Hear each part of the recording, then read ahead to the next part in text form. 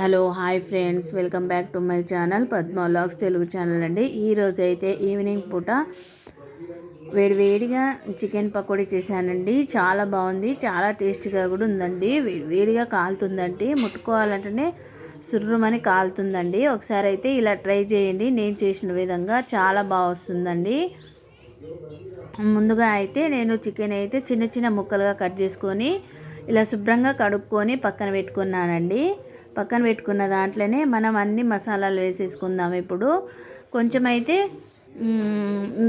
అల్లం పేస్ట్ వేసేసుకోవాలండి. ఫ్రెష్ది వేసేసుకోండి, చాలా బాగుంటుంది. తర్వాత కొంచెం పసుపు వేసుకోవాలి, తగినంత కారం వేసుకోండి, మీ కారాన్ని బట్టి వేసేసుకోండి. తర్వాత కొంచెం సాల్ట్ వేసుకోవాలి, తగినంత సాల్ట్ వేసుకోవాలి. తర్వాత ధనియాల పౌడర్ వేసేసుకోవాలి.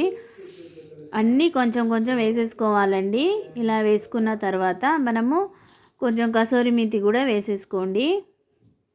తర్వాత కరివేపాకు, కొంచెం కొత్తిమీర, పుదీనా కూడా వేసుకొని కొంచెం కార్న్ఫ్లవర్ వేసి మొత్తం కలుపుకోవాలండి. ఇలా కొత్తిమీర, పుదీనా వేసేసుకొని కొంచెం కార్న్ఫ్లవర్ ఒక 4-5 టేబుల్ స్పూన్ వేసేసుకొని కలుపుకోవాలండి. తర్వాత ఒక నిమ్మకాయ చెక్కని పిండేసుకోవాలి.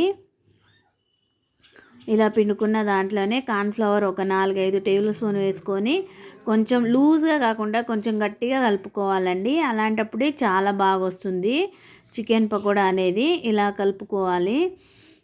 చికెన్ ఇట్లా కలుపుకుంటే కొంచెం గట్టిగా ఉంటుందండి. కొంచెం వాటర్ పోసేసుకొని కలుపుకోవాలి. తర్వాత మనం పకోడీలా వేసుకుంటే చాలా బాగుంటుందండి. ఈవినింగ్ పూట ఎవరైనా చుట్టాలు వచ్చినప్పుడు, ఏదైనా చేయాలన్నప్పుడు మనం ఇలా చేసుకుంటే రెస్టారెంట్ స్టైల్లోనే చాలా బాగుంటుందండి. ఇలా గట్టిగా కలుపుకోవాలి. తర్వాత అన్నీ ఒక్కొక్కటి వేసేసుకోవాలి. నూనె అయితే హీట్ అయ్యిందండి. తర్వాత అన్నీ ఒక్కొక్కటి వేసేసుకోవాలి.